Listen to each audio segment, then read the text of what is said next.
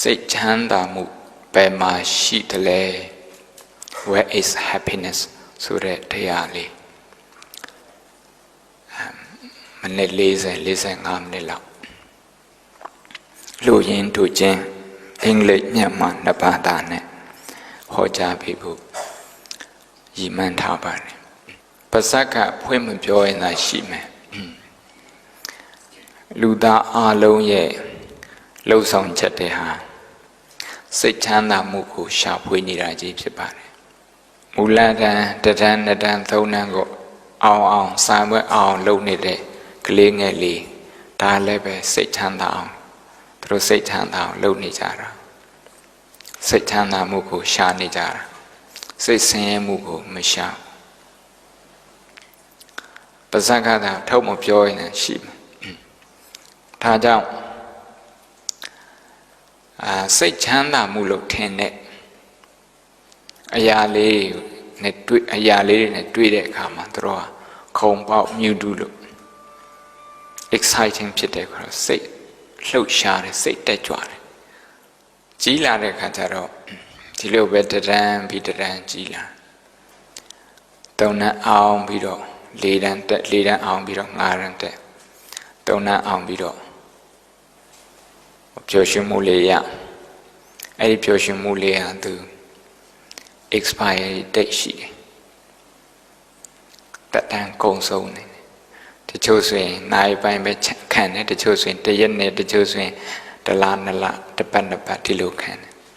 ပြီးရင်၄တန်းအတွက်ထပ်ပြီးတော့ပူရတာနဲ့အဲ့ဒီ၃တန်းအတွက်ဝန်တာရတဲ့ဟာလေးပျောက်ဆုံးသွားရောဒီလိုပဲကလေးငယ်လေးတွေအသက်6နှစ်ကလေးဆိုရင်သူအသက်6နှစ်နဲ့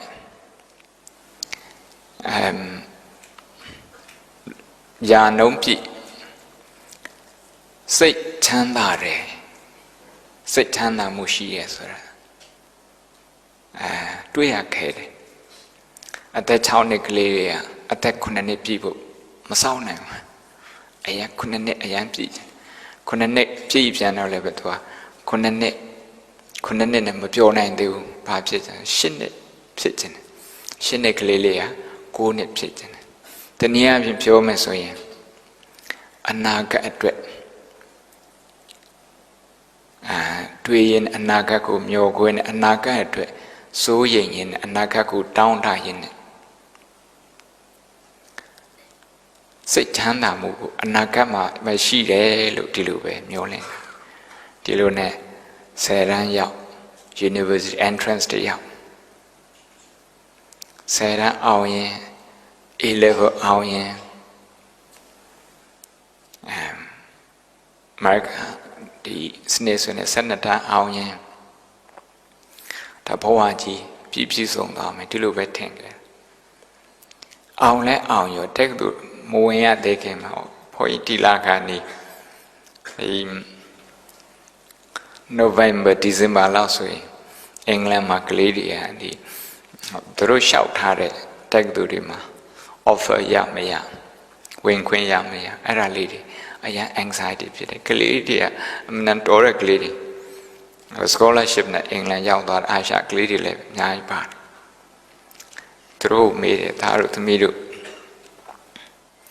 ဒီမှာ scholarship ရတယ် scholarship နဲ့ also မှာအထက်တန်းကျောင်းလာတက်ရတယ်ဆိုတော့စိတ်ချမ်းသာမှုသူတို့ကြည့်ရတယ်သူတို့မရနိုင်ဘာလို့မရနိုင်ဆိုတော့your mind is always one step ahead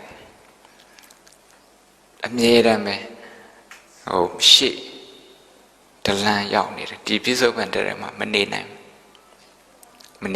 ဒီလိုနဲ့ပဲ10တန်းဘလောက်ပျော်စရာကောင်းတယ်ဆိုတော့10တန်းအောင်ပြီးမှပြန်တွေးပြီးတော့စမြုံပြန်တာလေစမြုံပြန်တယ်ဒါကကလေးတွေအတွက်ကျောင်းသူကျောင်းသားလေးတွေအဲ့လိုပဲဘုန်းတို့ကိုယ်တိုင်တက္ကသိုလ်တက်ခဲ့ရတဲ့တက္ကသိုလ်ကျောင်းသားဘဝမှာလည်းဒီတိုင်းပဲဆိုင်ပွဲမဖြစ်ဆိုင်ပွဲအတွက်ပြင်ဆင်ဒီဆိုင်ပွဲပြီးပြီဆိုရင်တော့ Bawa Bahama Malurome a time I say them elevating. Edilone master be on located master Pido.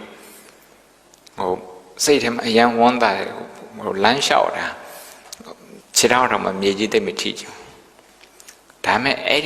Eddie, fleeting pleasure, so really said him a jinnata. A chime can. Up since Nigeria, Master Maya Roa need han a kuya vida nida. Buddha, Bama, they mukwa they would. A little bit Jantimi, Naraka Master Kutalo. Dudia to say, Master Nakuya and a low one. Bawaji Pion lays on me, you bet 10 meters at Catalo. Master Catudia, Dudia Master Janya. Javito, they me to the not a good hello, don't good load, Baba Matu. I don't have PhD Yama, so it's a PhD load.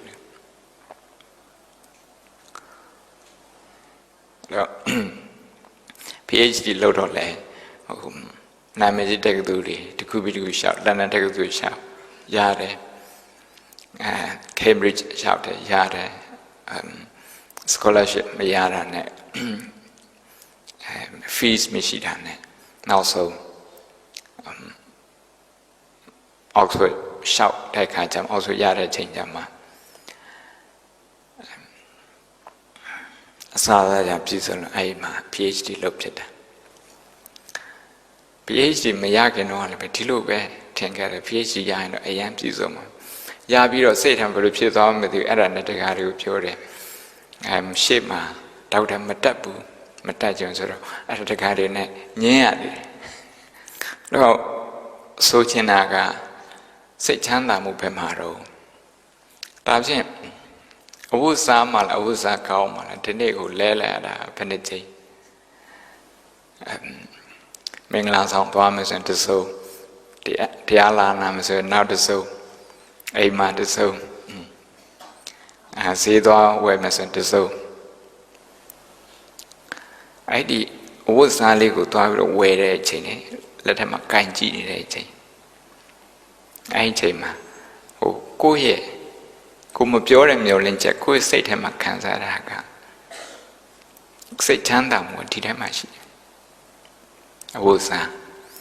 hobo, Lue handbag. You had the choosing home to better save ma. Time you. Eddie.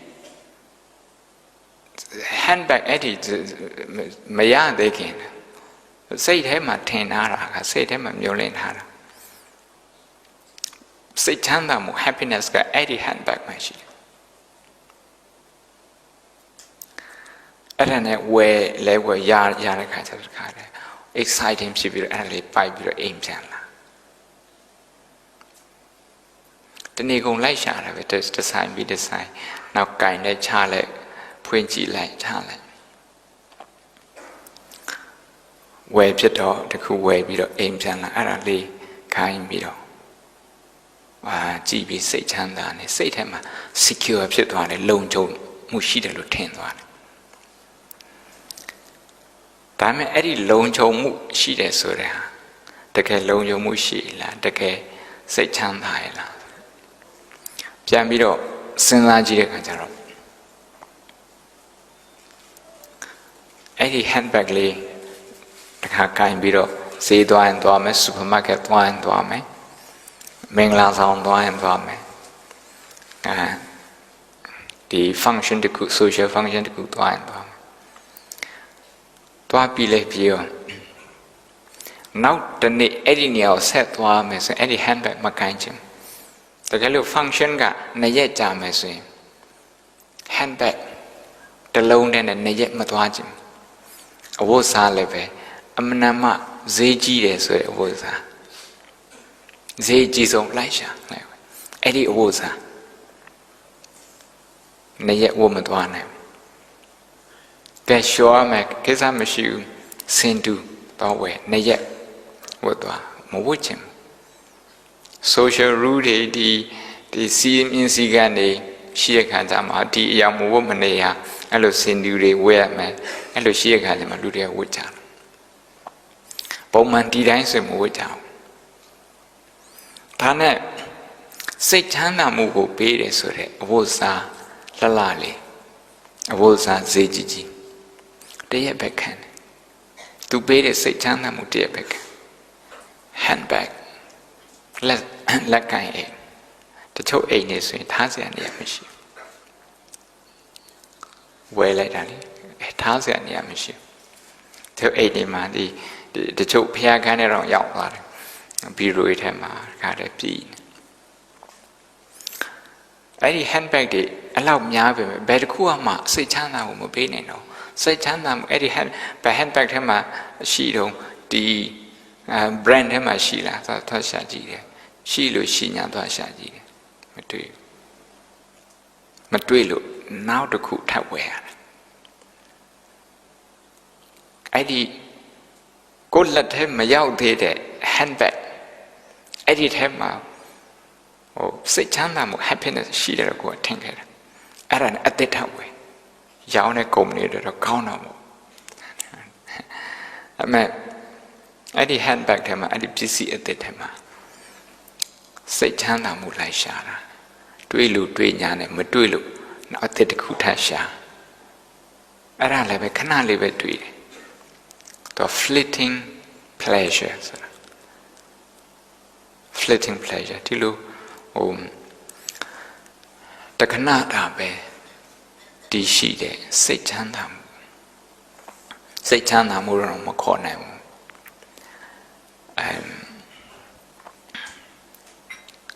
စိတ်ကျေနပ်မှုအဲ့ဒီစိတ်ကျေနပ်မှုသူပြက်ပြဲသွားတော့နောက်တစ်ခုထပ်ရှာတချို့ကျတော့အစားတောက်ထဲမှာစိတ်ချမ်းသာမှုရှိတယ်လို့ဒီလိုထင်ကြတယ်အကောင်းဆုံးအစားတောက်ကိုဝယ်စားပါကြတဲ့နိုင်ငံနဲ့မှားစားပါကြတဲ့ဆိုင်နဲ့စားကိုအရန်ကြိုက်ပါတယ်ဆိုတဲ့စားစေကြီးပေးပြီးတော့ဝယ်စား exciting ဖြစ်တယ်ဒီ restaurant သွားတဲ့အခါမျိုးမှာကြတဲ့နာပြင်ဆင်တော့အဲ့မှာများ happiness ရှိလား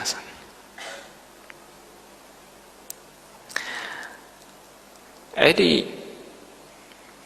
အစားတော့ဒါစားတဲ့အခါကျဘာဖြစ်ဆို exciting ဖြစ်တယ်စိတ်ထဲမှာ exciting ဖြစ်တယ်စိတ်လှုပ်ရှားတယ်စိတ်လှုပ်ရှားတယ်ဒါပေမဲ့အဲ့ဒီစားနေတဲ့အစားအစာကိုမှားစားတဲ့အစားအစာနှစ်ထပ်ဆက်ပြီးတော့စားနိုင်လားတိတ်မစားနိုင်ကြဘူးနှစ်ရက်မပြောနဲ့နှစ်ထပ်ဆက်စားဖို့ဆိုတာတိတ်ခိုင်းဒါဖြင့်ဒီအစားအစာကမပြောင်းသေးဘူး European စားစာကျတော့ spaghetti ကြိုက်သလား Mexican စားစာကြိုက်သလားတရုတ်စားစာကြိုက်သလားယူရစားကြိုက်သလားမြန်မာစားစာကြိုက်သလားဘာကြိုက်တော့အဲ့ဒီဟာမှားစားဒါမဲ့အဲ့ဒီအစားတော့ကိုနှစ်ထပ်သုံးထပ်လူအများဆိုတော့မစားနိုင်ဘူးနှစ်ရက်သုံးရက်မပြောနဲ့နှစ်ပတ်သုံးပတ်မပြောနဲ့ဒါဖြင့်အဲ့ဒီစားတော့ထက်မှာစိတ်ချမ်းသာမှုရှိတယ်ထင်ပြီးတော့ခန္ဓာကိုယ်အာဟာရအတွက်မစားဘူးစိတ်အာဟာရအတွက်မစားဘူးခန္ဓာကိုယ်ကျန်းမာဖို့အတွက်မစားဘူး happiness ကိုလိုက်ရှာတဲ့အနေနဲ့အဲ့ဒီစားတော့သွားစားဒါeating purpose စားတော့တဲ့ရွေးချက်အဲ့ဒီမှာတစ်ချက်လွယ်တယ်နောက်တစ်ချက်ကအဲ့ဒီအစားတော့ထဲမှာစိတ်ချမ်းသာမှုလိုက်ရှာအဲ့တော့အစားတော့တိုင်းဟာသူကစားတော့တိုင်းကိုကတစ်ဆက်တည်းစားလို့မရဘူးညင်းငွေလာတယ်ညင်းငွေလာတာအစားတော့ကပြောင်းသွားလို့လားဆိုပြောင်းလို့တော့မဟုတ်ဘူးစားတဲ့လူကပြောင်းတာကိုယ်စိတ်ကပြောင်းတာ the way you look at the food has changed. Your attitude towards the food has changed. The way you relate to the food. အဲ့ဒီအစားအသောက်နဲ့ကိုအစားအသောက်ကိုဆက်ဆံပုံဆက်ဆံနေကိုသဘောထားအဲ့ဒါပြောင်းသွားတယ်ပြောင်းသွားလို့ဟင်းအမေမထက်အောင်ကြိုးစားကြတာကြိုးစားတယ်တခါတခါဆွမ်းလက်ကတဲ့မိုက်တွေအထူးသဖြင့်တရားစခန်းအတွင်းဆိုရင်ယူရိုပမှာတရားစခန်းတွေတစ်နှစ်ကိုတော်တော်များများလှုပ်ဖြစ်တယ်လှုပ်တယ်ဆိုရင်အစားအသောက်စီမံတဲ့ပုဂ္ဂိုလ်တွေအစားအသောက်မထက်အောင်ဘုံကတရားဟောတဲ့အခါအဲ့ဒါတွေထည့်ဟောတယ်အာဟာရဖြစ်ဖို့အရေးကြီးပါတယ်ကြာထိုင်ရင်ဘယ်လိုဟာတွေစားရမလဲဗီတာမင်ဘယ်လိုဗီတာမင်တွေလိုအပ်တယ်အဲ့ဒါမျိုးတွေထည့်တွက်အောင်ပါရုပ်အာဟာရဖြစ်ဖို့အတွက်အဲ့တော့ဗီတာမင်နဲ့ကယ်လိုရီနဲ့ပရိုတင်းနဲ့အဲ့လိုမျိုးမတွက်ပဲနဲ့အစားအသောက်မထက်အောင်ပဲတွက်တယ်ဆိုရင်ဒါစိတ်ထဲမှာတခုခုဖြစ်နေစိတ်ကတခုခု reject လုပ်တယ်ငြင်းဆန်တယ်ငြင်းပယ်တယ်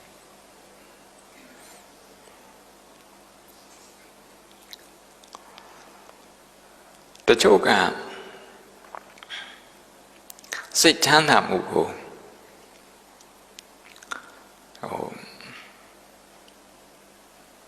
ကားကောင်းကောင်းတွေထဲမှာလိုက်ရှာတယ် brand new တွေပေါ်လာတယ်နောက်ဒါက2015 2016ကိုက2014စီးနေဆိုရင်လူတယောက်က2015လာစီးလိုက်ကိုစိတ်ထဲမှာငကိုကတွေးပြီးလို့ထင်ထားတဲ့စိတ်ချမ်းသာမှုပဲပြောက်လို့ပြောက်တော့မသိဘူး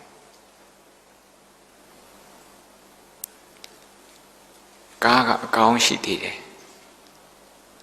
အကောင်းရှိသေးတယ်ဒါပေမဲ့ဘသူကပြောင်းသွားတော့ဆိုတော့ကိုယ့်ရဲ့စိတ်ကပြောင်းသွားတာဒီကားထဲမှာချမ်းသာမှုစိတ်ချမ်းသာမှုကိုလိုက်ရှာဒီကားထဲမတွေ့ဘူးကားအသိမမြန်သေးအရန်မြန်တဲ့ကား sports car လိုက်ဝယ်စီ sports car စီးရတယ်ဒါပေမဲ့စိတ်ချမ်းသာဆုံးလို့ဖြစ်မလားဘာမှမဟုတ်တာလေးနဲ့စိတ်ညစ်နေသေးတယ်အဲ့ဒါနဲ့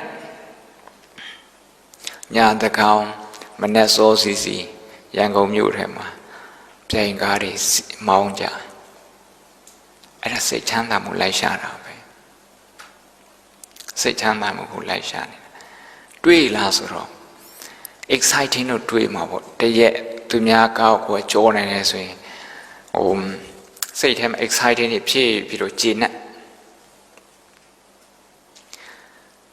အဲ့ဒီစိတ်ကျေနပ်မှုကသူကမှန်ကန်တဲ့ foundation ပေါ်တည်ဆောက်ထားတာမဟုတ်တဲ့အတွက်ကြောင့်သူအကြိုက်မခံနောက်တစ်ခါတခြားပြိုင်ကကိုယ့်ထက်မြန်တယ်လို့ယူဆရင်ကိုယ်ပြိုင်ကတော့မှဒီလောက်ထိဈေးကြီးပေးပြီးတော့ဝယ်ထားတဲ့ပြိုင်ကဘာစိတ်ချမ်းသာမှုမှမပေးတော့တချို့ကြတော့ physical intimacy ယဉ်နီးကိုယ်ခန္ဓာကိုယဉ်နီးဆက်ဆံမှုဆက်သွယ်မှုအဲ့ဒီကိစ္စတွေမှာစိတ်ချမ်းသာမှုလိုက်ရှာဒါလည်းပဲကမ္ဘာလောကကြီးတစ်ခုလုံးတက်သေးခံထားတဲ့အတိုင်းပဲသူ excitement ကသူရဲ့ excitement က momentary တခဏတာပဲတခဏတာနောက်ပိုင်းကျတော့ excitement တွေဒီစိတ်လှုပ်ရှားမှုတွေမရှိတော့တဲ့အခါကျတော့တခြားအရာလိုက်ရှာတချို့ဆိုရင်ဘီယာလိုက်ရှာဘီယာဘူးထဲမှာစိတ်ချမ်းသာမှုများရှိမလားဖွင့်ပြီးတော့တောက်လူပဲမူးသွားတယ်အရက်ပဲဆွဲသွားတယ်တချို့ဆိုရင်မကြမူးလဲတာပဲစိတ်ချမ်းသာမှုရှာမတွေ့ဘူးဒါချင်းစိတ်ချမ်းသာမှုဘယ်မှာရှိတော့ တချို့ philosopher တွေဒီအနောက်တိုင်း philosopher Immanuel Kant တို့ဘာလို့နောက်တယ်သူတို့ကတော့အတွေးခေါ်မြင့်မားမယ် rational ရှိရမယ်ဒီလိုပြောကြတယ်ဒါပေမဲ့အရန် rational ဖြစ်တဲ့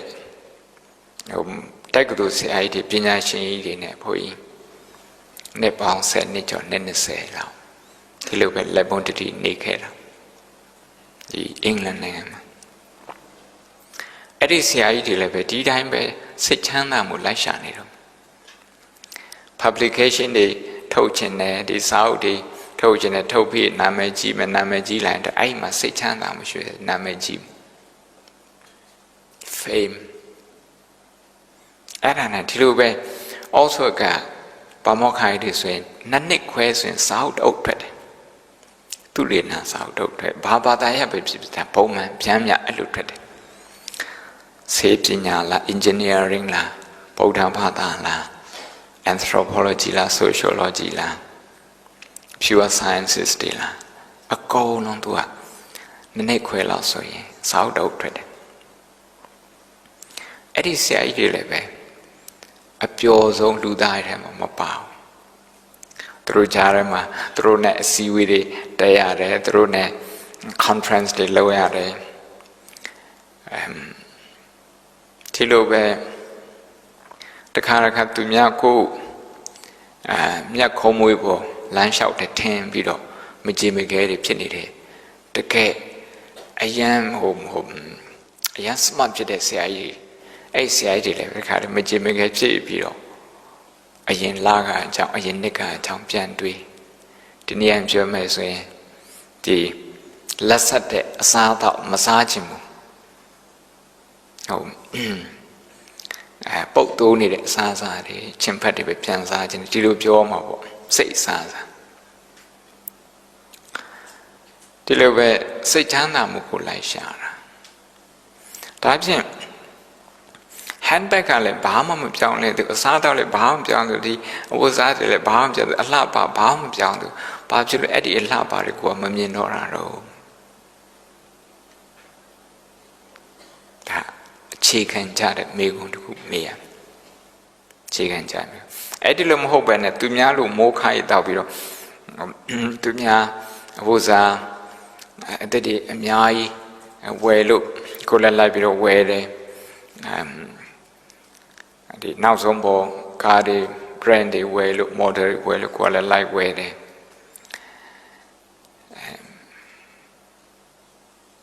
ဘယ်လိုဆိုင်မျိုးဂျပန်စားတရုတ်စား European စားဘယ်လိုစားမျိုးလူတွေသွားစားပြီးတော့ပြောပြလို့ကိုကလည်းမခံကျင်တဲ့သွားစားတယ်မိုးခါရတော့ပြီမယ်ဆိုရင်ဒါစိတ်ချမ်းသာမှုရှာတွေ့ချင်မှတွေ့မှာဒါကြောင့်မြတ်စွာဘုရားရဲ့တရားတော်ဟာတော့ရှင်းပါတယ်လောကကြီးကိုမှန်မကြည့်တတ်ဘူးဆိုရင်လောကကြီးနဲ့ရံဖြစ်လောကကြီးကိုမာယွင်ကြည့်တဲ့အခါကျတော့လောကကြီးပဲကို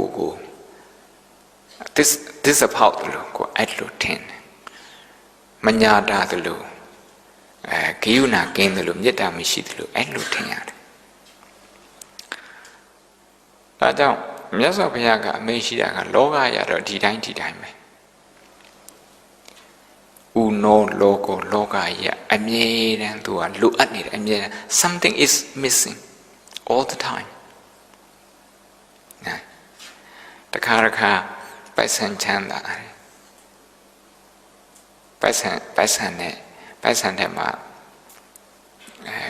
စိတ်ချမ်းသာမှုရှာမတွေ့တော့နာမည်ကြီးအောင်လုပ်တဲ့နာမည်ကြီးနဲ့ဒီနာမည်ကြော်ကြားမှုတွေမှာစိတ်ချမ်းသာမှုရှိမလားဆိုရယ်နာမည်ကြော်ကြားမှုတွေလိုက်ရှာနာမည်ကြော်ကြားပြီးသားပုဂ္ဂိုလ်တွေဘုန်းကြီးဆိုလိုတငယ်ချင်းတွေအများကြီးရှိတယ်အသက်20ကျော်လောက်ကတည်းကအဆိုလိုတကားတွေရှိတယ်သူတို့ရဲ့တချို့တခြင်းတွေသူတို့ပြန်မေးတော့သူတို့မှတ်တော့မမှတ်မိဘူး it means nothing to them သူတို့တွေဘာမှမဟုတ်တော့အဲ့ဒီတခြင်းရဲ့အလှပတခြင်းရဲ့အရာသာသူတို့မခံစားနိုင်တော့ နာမည်လေးကြီးတယ်ဒါပေမဲ့နာမည်ကြီးပြီးတော့သူတို့မှာဘဝပျော်ရွှင်နေပြည့်ပြည့်စုံနေမထင်ဘူးဒါနဲ့အဆိုတော်တွေတော်တော်များများဒီဥရောပမှာရောအာရှမှာရောအဆိုတော်တွေ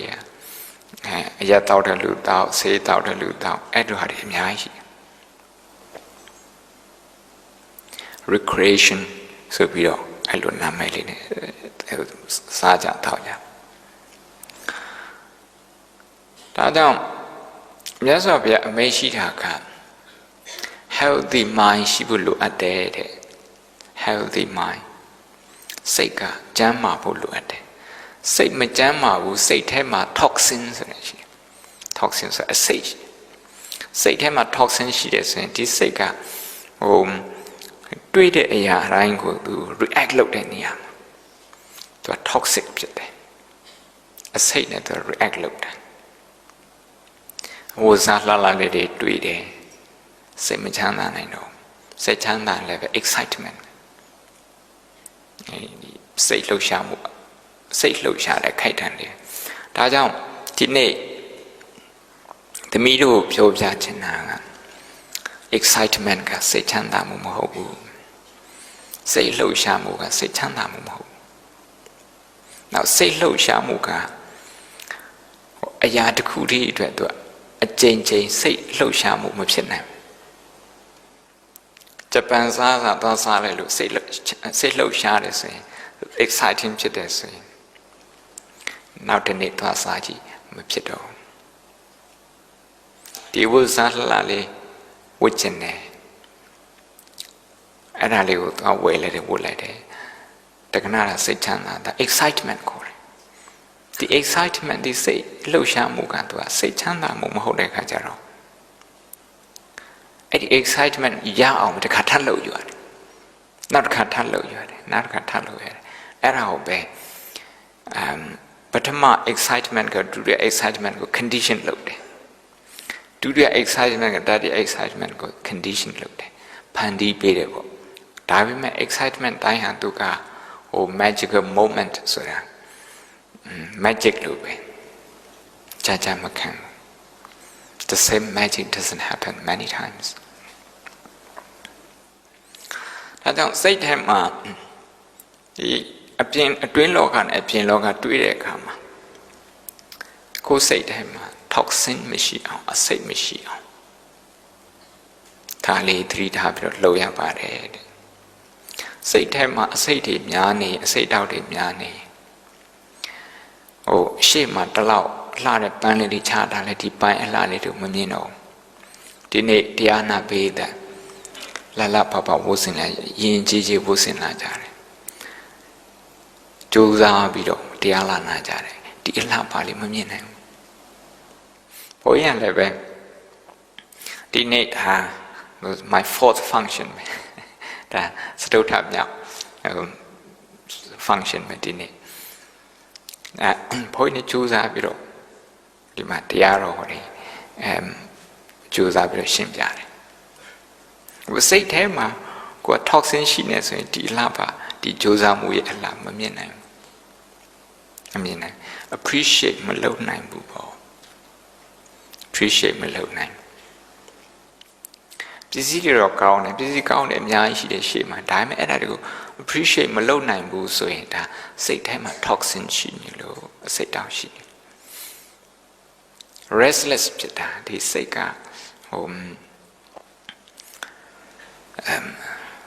ဥဒိစ္စတွေဖြစ်နေတာစိတ်တွေပြန့်လွင့်နေတာဒါလည်း toxin တစ်မျိုးပဲဒါကြောင့်ပြန့်လွင့်နေတဲ့စိတ်ကိုပြန့်လွင့်နေမှန်းသိအောင်လုပ်ဖို့တည်းအရေးကြီးပါတယ်အသိလေးနဲ့ပဲတနည်းပြောမယ်ဆိုရင်အသိနဲ့ကင်းပြီးတော့စိတ်ချမ်းသာမှုဆိုတော့မရနိုင်ပါဘူးဘာဖြစ်လို့အသိနဲ့ကင်းပြီးတော့ appreciation တန်ဖိုးထားမှုဘဝကိုတန်ဖိုးထားမှုဆိုတာမရှိလို့မိဘနဲ့ရှိနေတဲ့အချိန်မှာမိဘအသက်ရှိနေတဲ့အချိန်မှာမိဘနဲ့ရဟန်းဖြစ်မိဘပေးတာကိုတတိမထားဘူးမပေးတဲ့ဟာပဲတတိထားမိတယ်ဒီလိုဆိုရင်စိတ်ထဲမှာ toxin ဖြစ် အများကြီးပေးထားတယ်မိဘတွေဒါလည်းပေးတာပေးဒါပေမဲ့ဘယ်မိဘမှအကုန်လုံးပေးနိုင်ဆိုတော့မရှိဘူးပိုက်ဆံပေးနိုင်ရင်တချို့ကနှွေးထွေးမှုမပေးနိုင်အပြည့်စုံမပေးနိုင်တချို့ကငယ်တော့ဆိုတချို့မိဘတွေကဟိုအလုပ်ကိစ္စနဲ့ဘယ်နေရာမှာဘယ်ခီးထွက်သွားတာတွေရှိတယ်ပညာသားသင်ရတာတွေရှိတယ်အဲ့ဒီဟာမျိုးတွေအဲ့တော့မပေးတဲ့ဟာကိုပဲစိတ်ထဲကိုယ်စိတ်ထဲမှာဆွဲကပ်နေတယ်ပေးတဲ့ဟာကြတော့စိတ်ထဲမှာ register မလုပ်ဘူးဆိုရင်ဒါဟို the mind is toxic စိတ်ထဲမှာ toxin တွေရှိနေဒါလေးကိုအရင်ဆေးကြောရမယ်တဲ့အရင် purify လုပ်ဘာဖြစ်လို့တော့ဆိုတော့ချမ်းဒီ happy ဖြစ်တယ်မဖြစ်ဘူးဆိုတဲ့ဟာကစိတ်ရဲ့အနေထားကိုပြောနေတာအပြင်ကအစားတော့အပြင်က handbag အပြင်ကအဝတ်စားအပြင်ကစေကြီးကအပြင်ကအိမ်ကြီးမမအဲ့ဒါတွေကိုပြောနေတာမဟုတ် Michael Jackson သူရဲ့ Evergreen Land wonderful ဒါပေမဲ့သူအပျော်ဆုံးပုဂ္ဂိုလ်တွေမှာမဟုတ်ပါဘူးနာမည်မကြီးဆို Michael Jackson နဲ့နာမည်ကြီးတဲ့အဆိုတော့ရှားပါတယ်သူခေတ်သူခါတော့အဲ့ဒါလည်းပဲစိတ်ချမ်းသာဖို့အတွက်သူဖြစ်မလာဘူးပိုက်ဆံလည်းပဲ9နှစ်သားကလေးကတချင်းစာဆူလာပိုက်ဆံမရှိတဲ့ရှိဒါနဲ့အဲ့ဒီပိုက်ဆံလည်းသူစိတ်ချမ်းသာမလုပ်နိုင်ဘယ်လိုလုပ်တော့ပိုက်ဆံသုံးမှစိတ်ချမ်းသာမယ်ထင်တယ်ဒါ psychology တမျိုးလေပိုက်ဆံသုံးမှသုံးအဲ့ဒါနဲ့သူသုံးတာပြောမနေနဲ့ Michael Jackson သုံးတဲ့ပိုက်ဆံသုံးပြီးတော့လည်းပဲစိတ်ချမ်းသာမှုမရဘူးအေးစိတ်ထဲမှာ toxic ဖြစ်နေတဲ့အခါကျတော့ toxin တွေများနေတဲ့အခါအဲ့ဒါကိုမကူအဲ့ဒါကိုအရေးမယူအဲ့ဒီဟာကိုမကူတာဘူးမကူတာပဲနဲ့အပြင်ကဘာမှမဆိုင်တဲ့နေရာမှာစီလူလိုမျိုးစေကူတာလိုမျိုး Michael Jackson နဲ့ပဲအဲ့လိုလုပ်တာဒါနဲ့စိတ်ချမ်းသာမှုသူတွေ့မသွားရှာအသက်50ကျော်လေးမှာဆုံးသွားတယ်အားလုံးသိတဲ့အတိုင်းစိတ်ငြိမ်အောင်ဆေးကိုအသုံးပြုရင်းနဲ့အသက်ဆုံးရှုံးသွားရှာတယ်အဲ့တော့စိတ်ထဲမှာရှိတဲ့ toxin တွေဘာတွေတော့ဆိုအလိုလိုနေနဲ့ insecure ဖြစ်တာအဝတ်စားကောင်းဝတ်တဲ့လူဟိုနဲ့တွေ့ရင်ကိုကပီတိမဖြစ်နိုင်ဘူးappreciate မလုပ်နိုင်ဘူးကိုအလိုလိုနေနဲ့ insecure ဖြစ်တယ်သူကပဲကိုယ်ထပ်ပို့ပြီး attention ရသွားမလားအဲ့ပုံစံမျိုးစိတ်ကအဲ့လိုဖြစ်နေဆိုရင်ဒါကိုယ်စိတ်ထဲမှာ toxin ဖြစ်နေဒါလူတိုင်းဖြစ်တယ်နိုင်ဖြစ်တယ်အားငယ်တယ်ပြောတာပေါ့အားငယ်တဲ့စိတ်အလိုလိုဝင်တာတခါဒီပြီးခဲ့တဲ့3နှစ်ကဟိုရင်ဒီဂိယုဏတရားတွေမုဒိတာတရားတွေပွားများပါတယ်ပွားများတဲ့ကြားထဲကနေပဲဒီမနာလိုတဲ့စိတ်တွေလေတခါဘဲနေဝင်လာမှမသိဘူးမနာလိုတဲ့စိတ်အနေနဲ့ပေါ်မလာပဲအားငယ်တဲ့စိတ်အနေနဲ့ပေါ်တာတခါပိဋိရှပါဠိမန်ကိုဘုန်းကြီးအဖိတ်ခံရတော့သွားတယ်နာမည်ကြီးဆရာတော်ကြီးတို့ပါသတိပဋ္ဌာန်ကြောင့်လာဟောမယ်ပေါ့အဲ့မှာအထက်ပါဠိမန်မှတ်တယ်အောက်ပါဠိမန်မှတ်တယ်ရောနောက်သတင်းစာဆရာကြီးရောဗမောက္ခတွေရောလူတရားဖိတ်တယ်အဲ့မှာဘုန်းကြီးနေသွားတဲ့အခါကျတော့လူတိုင်းဒီလိုပဲကိုယ့်ရဲ့ခိုင်ခုံလေးကိုယ့်ခေါ်နာလေးမှာဒီတိုင်းပဲထိုင်နေကြတယ်မြန်မာပြည်ကနေပြန်သွားဆိုအဲ့ဒီအကျင့်လေးမိသွားတယ်နော်အဲ့မှာကိုယ့်ကိုသွားထိုင်နေဘယ်သူမှလာနှုတ်ဆက်တဲ့လူမရှိဘူးအလိုလိုနေနဲ့အားငယ်တဲ့စိတ်ပေါ်လာလိုလိုနေနဲ့အားငယ်တဲ့စိတ်ပေါ်အဲ့ဒီအားငယ်တဲ့စိတ်အရင် intense ဖြစ်တယ်အရင်ပြင်းထန်တယ် အဲ့ဒါနဲ့ကိုယ့်ကိုပြန်ကြည့်ပြီးတော့တခြားလူတွေကိုလည်းကြည့်ဒီလိုပဲမလုံခြုံတဲ့စိတ်ဒီလိုပဲဖြစ်ကြမှာပဲယဟန္တာဖြစ်တဲ့ခါကျမှဖုဋ္ဌတလောကဓမ္မေစိတ်တံယတနာကံပတိအတောကံဝိရဇံခေမံဆိုတဲ့စကားလေးခေမမိတယ်ခေမံဆိုတာကသူကစိတ်ထဲမှာလုံခြုံတယ် you feel totally secure အဲ့ဒါလေးပြောတာဘသူကကိုယ်လာနှုတ်ဆက်မနှုတ်ဆက်ဘသူကကိုယ်လာပြီးတော့appreciate လို့မလို့လာ congratulate လို့မလို့ဘွဲတွေပေးမပေးကိုယ်စိတ်ထဲမှာကိုယ့်အကို secure အဲ့ဒါကြမှာသူကတကယ် strong ဖြစ်တာတကယ်အားကောင်းတာဒီစိတ်ကဘာဖြစ်လို့တော့ဆိုတော့ဒီစိတ်ထဲမှာသူက toxin တွေနေတာ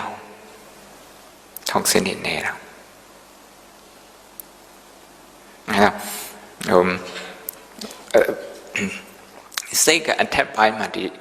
toxin တွေတခါမတွေ့ရပေမဲ့တော့နက်နေရာတွေမှာလေသူရှိနေသေးတယ်အားကောင်းနေသေးတယ်အဲ့ဒီဟာလေးတွေကိုစောင့်ကြည့်နိုင်တဲ့တကယ်ဆောင်လိုမျိုးတတိတံဝရဆိုတာစောင့်ကြည့်တယ်တတိက mindfulness as God as guardian as protector အဲ့ဒီဟာလေးတွေရှိရခါကြမှာဒီစိတ်မှာ toxic လေးတွေမပေါ်ဘူးအာမကောင်းဘူးဆိုရင် happy ဖြစ်ဖို့အစင်တင်ဖြစ်ပါတယ်တဲ့ဘာဖြစ်လို့ဆိုတော့ဒီစိတ်က healthy ဖြစ်အဲ့ဒီအချိန်မှာဆိုရင်သူများကိုယ်လာပြီးတော့ဝေဖန်လဲတိတ်မတုံလှုပ်တော့တဲ့ကိစ္စမရှိတော့ကိုယ် appreciate မလုပ်လဲတဲ့ကိစ္စမရှိတော့မွေးနေ့မဖိတ်လဲကိစ္စမရှိတော့ဒါကမွေးနေ့မဖိတ်အယမ်းစိတ်ဆိုအယမ်းမအိမ်နိုင်မစားနဲ့ငါ့မေ့တယ်ငါ့အတိမမပြူဒီလိုစိတ်ထဲမှာတင်အဲ့တော့ဒီ toxin တွေကသူက toxin ရှိတဲ့စိတ်ကဒီလိုအမြဲတမ်းပဲသူပြေးနေတယ်ကြိုက်တဲ့ဟာနဲ့တွေ့ရင်အဲ့ဒီကြိုက်တဲ့အရာတွေမှာ happiness ရှိမလားဆိုပြီးတော့ like ပြေးတယ်မကြိုက်တဲ့အရာနဲ့တွေ့ရင်ဒီနေရာမှာ happiness မရှိဘူးလို့ထင်ပြီးတော့ခါတည်းထွက်ပြေးတယ်ဒီလို like ပြေးတာနဲ့ထွက်ပြေးတာနဲ့အဲ့ဒီလိုပဲအမြဲတမ်းပြေးနေတယ်တဲ့ spinning လုပ်နေတာ non stop အဲ့လိုလုပ်နေတာလူအများစုရဲ့စိတ်ဟာဒီတိုင်းပဲဒါကြောင့်မြတ်စွာဘုရားကစိတ်ချမ်းသာမှုကိုအပြင်မှာသွားမရှာနဲ့အပြင်မှာရှိတဲ့စိတ်ချမ်းသာမှုဟာစိတ်ထဲမှာရှိတဲ့အတွင်းမှာရှိတဲ့ peace of mind စိတ်အေးချမ်းမှုပေါ်မှာမူတည်ပါတယ် peace of mind စိတ်ချမ်းသာမှုဒီစိတ်ချမ်းသာမှု peace of mind စိတ်တည်ငြိမ်မှုစိတ်အေးချမ်းမှုမရှိဘဲနဲ့စိတ်ချမ်းသာမှုဆိုတာမရှိနိုင်ဘူးအတွင်း inner condition အတွင်းကလိုအပ်တဲ့အခြေခံ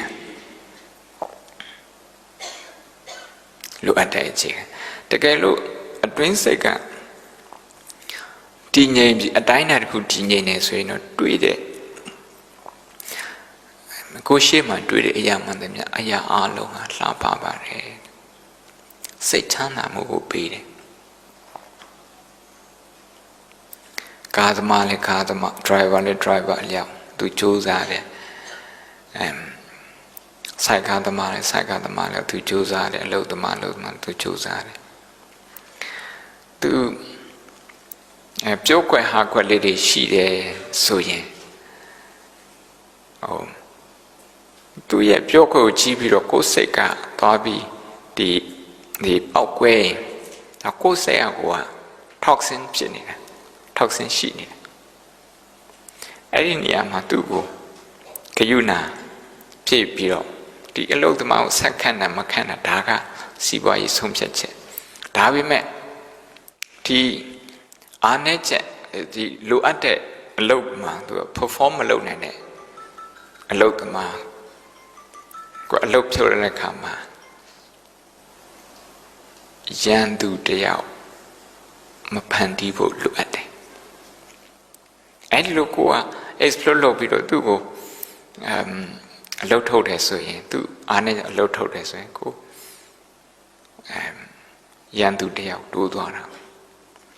အဲ့လိုမဟုတ်ဘဲနဲ့ခဲသူ့ကိုတနာပါတယ်ဒီအလုပ်သူဆက်ခံမယ်ဆိုရင်သူတောင်းပဲပြီးမယ်သူ့အတွက်လည်းအစင်မပြေဘူးသူ့ကိုလည်းဂိယူနာဖြစ်ကိုယ်ကိုလည်းဂိယူနာဖြစ်ဒီလိုနဲ့အပြောင်းလဲတွေလုပ်တယ်ဆိုရင်ဒါက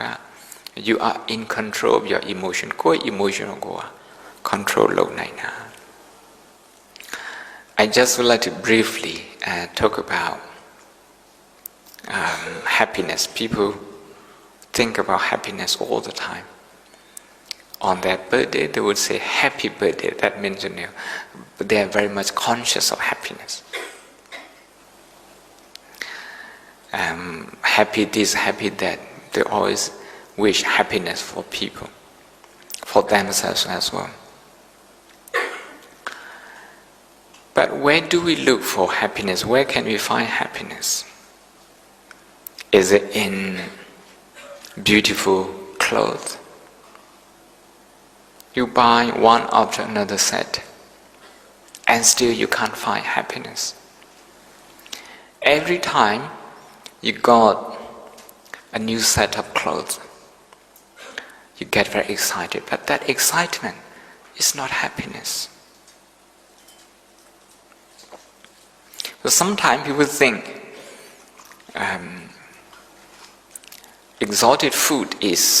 something where you can find happiness. It gives you happiness. So you cook yourself wonderful food, or you go to restaurants. You make people cook for you, whatever. But if you examine, the basic behavior that we have on daily basis, we cannot enjoy the same dish more than once or twice. Why? The food hasn't changed. But simply we can't find happiness anymore, so we have to discard this one and look for another dish, another menu, another cuisine. So we keep looking and looking. Some people in their 30, in their 40, in their 50, in their 60, in their 70, they still keep looking for happiness. Some people in beautiful flowers. Some people in handbags,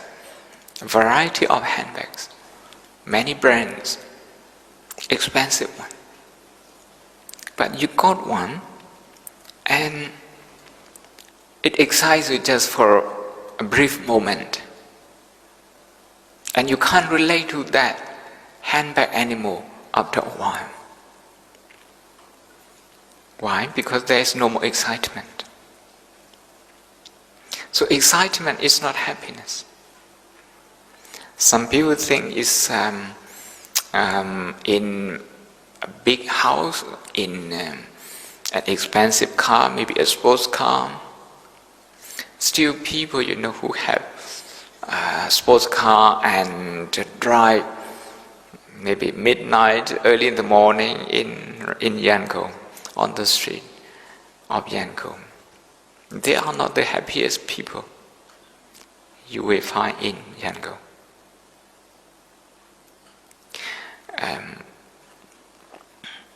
Like Williams, Formula One, and those factories, they are situated in the Oxfordshire, is within the vicinity. But Oxford, they don't have the happiest people in the world, I can tell you. So, where is happiness? Some people think it's in the intimacy, physical intimacy. But that excitement also fades away. And after a few years, husband and wife, they become less and less interested in each other. They have to find something else to excite them. So where is happiness? Some people think it's in the intellectual discovery. At Oxford University, I know many great scientists and philosophers, social thinkers. I can tell you they are not the happiest people. Sometimes they go for the same funding, the same source of funding, and they fight. Okay? They fight with each other. Sometimes they apply for the same promotion, and they become competitive. If some of them has succeeded in obtaining that position, the other, they can't be happy for that person. And I have seen them stopping. They stopping in their collaboration. They don't work together as close as they used to do. So such thing is there. Then if we ask the other way around, the thing that we work for, a good way of life, money, fame, good education, a good family life, do they not count for happiness? They, we can say yes and no. Yes, if in your mind, if there are no toxins, if your mind is healthy, then everything can make you happy. Your family, the food that you eat on daily basis, the clothes that you wear, the friends that you have, the environment you are in, everything can make you happy because your mind is healthy enough to appreciate them. And your mind is healthy enough, strong enough not to be swayed, not to be overwhelmed by restlessness, by irritation, by agitation, by frustration. So frustration is toxin. Anger is toxic. Jealousy is toxic. Restlessness is toxic. Ignorance, even in Buddhist psychology, not in Western psychology, but in Buddhist psychology, ignorance is also toxic. So the Buddha says we have to look at the state of our mind. If our mind is toxic, we have to remove or at least weaken those toxins, reduce them, and increase the strength of our mind. So that when somebody dress very smart next to you, so that you don't feel insecure. When somebody drives a very nice car, so that you don't feel insecure. Instead, you see the beauty, that they work hard, that they have the good fortune to enjoy that. So the basic point in the Buddha's teaching is that we have to look after the health of our mind. If our mind is not healthy, we need to improve the health of our mind, the state of our mind, so that our mind is not disturbed by those toxins that affect many people in the world. So happiness is necessarily based on peace of mind. If your mind is so restless, When you're here in Yangon, you think about shopping in Singapore, in Bangkok, in New York. When you are in Bangkok, you think, so we must go back to Yangon. Yangon, something is better over there. This is restlessness. The mind is being burdened by the notion or by the illusion that assume that what you haven't got, is more valuable than what you have in your hand. The friends that you haven't got, they look, fancier than the friend you have already got. The clothes that you haven't got, they look more beautiful than you have already have in your wardrobe. That mind is creating suffering. That mind is like a time bomb. It can explode any time. So the Buddha teaches people to look for happiness within. If we can find happiness within, then everything we see outside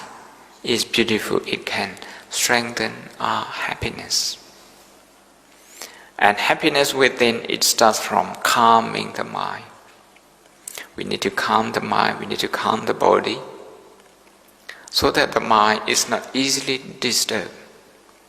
If the mind is easily disturbed by disagreement with friends, with family, with colleagues, with political opponents, with anything you find at all in the paper, then your mind is very vulnerable. Your mind is not healthy at all. So, contemplative tradition, sometimes we call this meditation. Now it's very popular in the West. You just type mindfulness in Google. You can Google this. You will find hundreds of references, scientific papers from clinical psychologists, neurologists, philosophers, physicians, from Oxford, Cambridge, MIT, Harvard, Wisconsin Madison, those top universities, Berkeley, University of California, all those top universities, they all have these research works, research projects to use mindfulness to improve people's happiness. So the main thing, it comes down to the emotional connection that we have with ourselves and with the outside world. That emotion, the state of emotion becomes unhealthy if it rejects something quite easily and quickly. Something like it rejects food,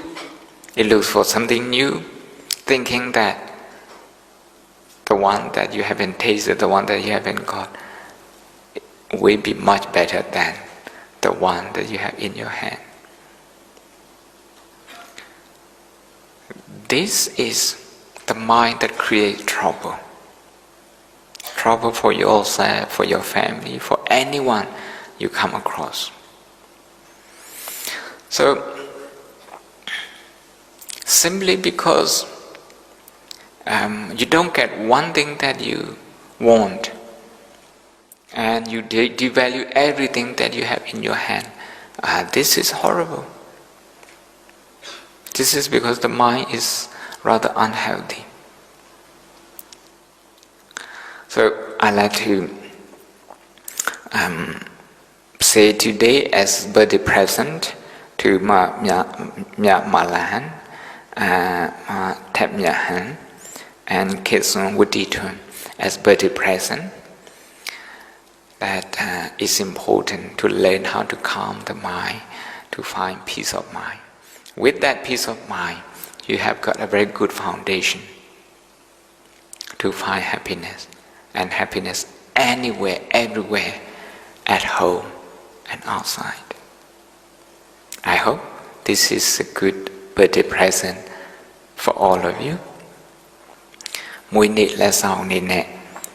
သမီးမမြမာလာဟန်နဲ့မထက်မြဟန်နောက်ပြီးတော့မြေခေစွန်ဝတီထွန်းတို့ကိုဒီနေ့မွေးနေ့လက်ဆောင်ပေးချင်တာတော့စိတ်အေးချမ်းအောင် peace of mind စိတ်အေးချမ်းအောင်ဗုဒ္ဓကသင်ပေးထားတာရှိတယ်အဲ့ဒီဟာကတော့ဒီမိမိကြိုက်နေတဲ့အရာကိုမိမိလက်ထက်မှာရှိနေတဲ့အရာမကြတွေးပြီးဒီလိုတွေး appreciation တက်လာတယ်ဆိုရင်ဒါလည်းပဲ peace of mind တခုရတယ်ရှိတဲ့အရာကိုခဏခဏတွေးပြီးမရှိတဲ့အရာစိတ်ကမရှိတဲ့အရာစီကိုပဲသူကရောက်နေတတ်တယ်ရှိတဲ့အရာကိုတွေးပြီးတယ်အဲ့ဒါအဲ့ exercise လေးလုပ်ပေးတယ်ဆိုရင် appreciation ရှိလာမယ်စိတ်ကသူအေးချမ်းလာမယ်